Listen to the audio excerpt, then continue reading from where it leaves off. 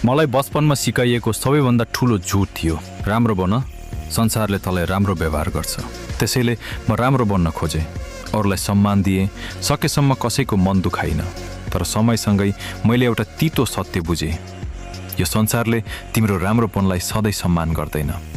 तिमी जति नरम हुन्छौ उति धेरै मानिसहरूले तिमीलाई कुल्चिन खोज्छन्। तिमी जति धेरै दिन्छौ उति धेरै उनीहरूले माग्न थाल्छन्। तिमी जति धेरै सहन्छौ उति धेरै उनीहरूले तिमीलाई पीडा दिन्छन्। किनकि धेरै मानिसहरू तिम्रो मुटुको मूल्य हेर्दैनन्, उनीहरू केवल तिमीबाट कति फाइदा लिन सकिन्छ भनेर हेर्छन्। अनि मैले बुझेँ, यो संसार न्यायको मञ्च होइन, यो त स्वार्थको बजार हो। यहाँ सबैले तिम्रो दयाको मूल्य बुझ्दैनन्, कतिपयले त्यसलाई कमजोरी ठान्छन्।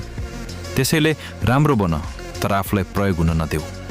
दयालु बन, तर आफ्नो सम्मानको मूल्यमा होइन। र याद राख, राम्रो हृदय हुनु शक्ति हो, तर आफ्नो मूल्य बिर्सिनु कमजोरी हो।